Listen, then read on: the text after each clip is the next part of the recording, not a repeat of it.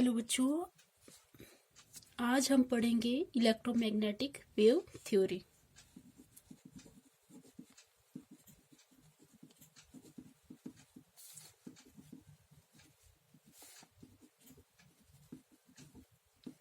ठीक है, ये जो हमारा इलेक्ट्रोमैग्नेटिक वेव थ्योरी है, ये आपको फिजिक्स में भी मिलेगा ये टॉपिक।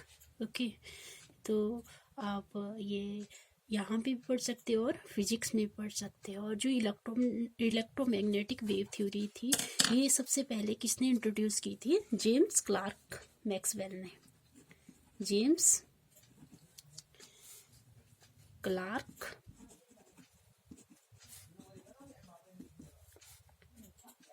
मैक्सवेल ने। ठीक है, दिस थ्योरी किसने इंट्रोड्यूस की थी? ये जेम्स क्लार्क मैक्सवेल ने। कब इंट्रोड्यूस की थी? इन 1864। ठीक है, 1864 को ये इंट्रोड्यूस की गई है ये थ्योरी। तो ऐसे ही पता लग रहा है इस थ्योरी में क्या होना चाहिए, एक तो इलेक्ट्रिक फील्ड होनी चाहिए और मैग्नेटिक फील्ड होनी चाहिए। ये दोनों होनी चाहिए, तभी क्या बनी? ये इलेक्ट्रोमैग्नेटिक वेव थ्योरी बनी। तो इसके जो इम्पोर्टेंट पॉइंट्स है इस थ्योरी के, तो क्या क्या है वो? Main points of this theory.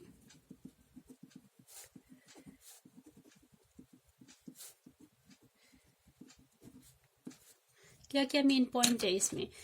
First है जैसे हमारा the energy is emitted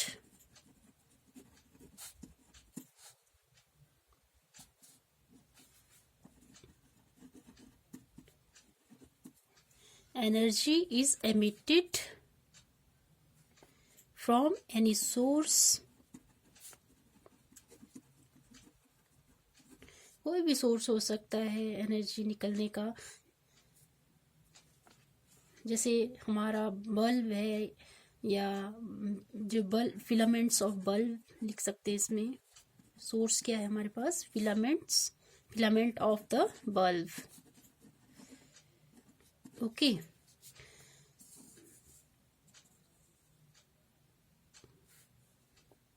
filament of bulb through which electric current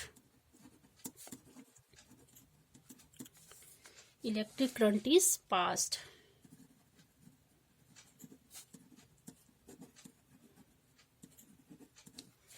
तभी एनर्जी एमिट होगी ना, जब बल्ब में से इलेक्ट्रिक करंट पास करेंगे continuously in the form of radiations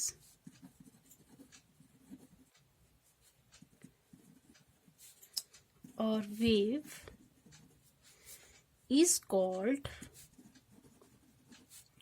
radiant energy। क्या बोलते हैं इसको? रेडियंट एनर्जी बोलते हैं। मतलब क्या है इसका? Energy is emitted from any source continuously in the form of radiation और wave is called radiant energy. मतलब क्या है? बल्ब के फिलामेंट से जब करंट पास किया जाता है तो एनर्जी की फॉर्म में वेव निकलती रहती है। ऐसे वेव निकलती रहती है और लाइट क्या होती है? फैलती रहती है। इसको हम क्या बोलते हैं? रेडियंट एनर्जी बोलते हैं। ठीक है, सेकंड है हमारा, सेकंड पॉइंट क्या है? Electric and magnetic field. Electric and magnetic field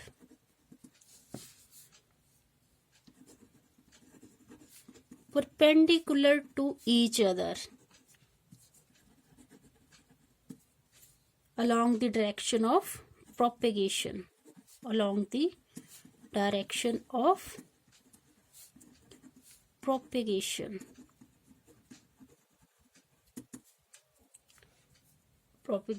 of radiation or waves।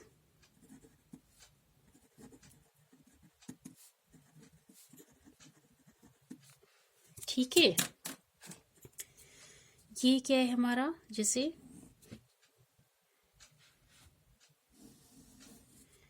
एक साइड को ये मान लो हमारा मैग्नेटिक फील्ड है, ऐसे वेव जा रही है। ठीक है। और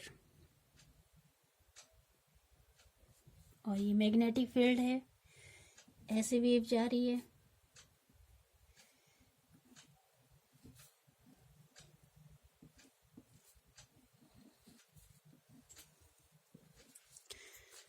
ठीक है, ये हमारी मैग्नेटिक फील्ड है और ये क्या है, हमारी इलेक्ट्रिक फील्ड है। तो इलेक्ट्रिक फील्ड और मैग्नेटिक फील्ड क्या है, एक दूसरे के परपेंडिकुलर हैं। ठीक है, एक दूसरे के क्या है, ये परपेंडिकुलर हैं और अलोंग द डायरेक्शन ऑफ, ये क्या है, इसकी डायरेक्शन है। इस डायरेक्शन में वेव्स क्या कर रही है, मूव कर रही है, डायरेक्शन ऑफ प्रोपेगेशन। ठीक है। और थर्ड पॉइंट है हमारा, जैसे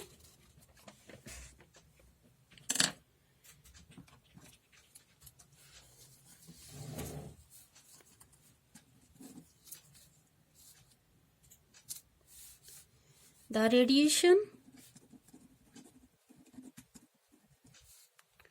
radiation passes wave character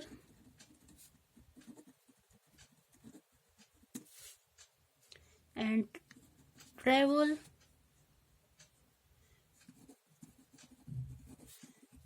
with the velocity of light.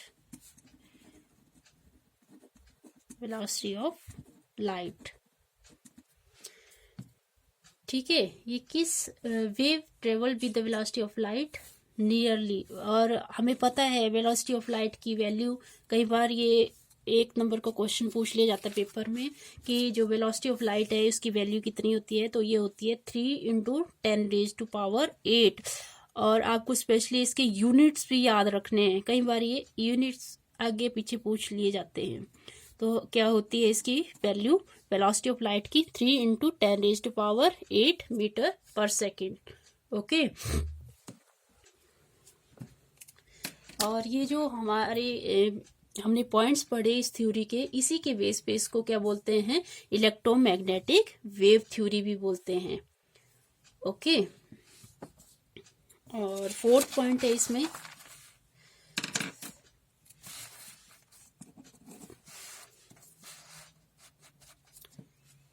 These waves do not require any medium, और इन वेव्स को कोई मटेरियल की जरूरत नहीं होती। These waves do not require any material medium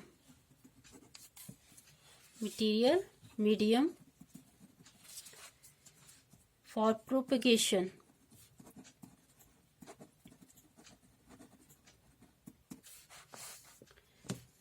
जैसे एग्जाम्पल ले लेते हैं हम, जैसे सन से एनर्जी हमारी अर्थ तक आ रही है, तो ये किस फॉर्म में आ रही है, ये आ रही है हमारे अर्थ की तरफ इन द फॉर्म ऑफ वेव। ठीक है, इसको हम क्या बोल सकते हैं, इलेक्ट्रोमैग्नेटिक वेव भी कहते हैं इसको। स्पेस में क्या है, सन है, तो जो सन से रेज हमारे तक पहुंचती है, जिसे हम क्या बोलते हैं, जिसे हम नॉन मटेरियल,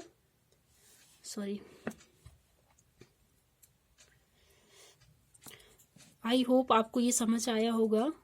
तो इसी आशा से मैं ये वीडियो स्टॉप कर रही हूँ। प्लीज़ अगर आपको ये वीडियो अच्छा लगा तो शेयर करें, सब्सक्राइब करें। Thank you.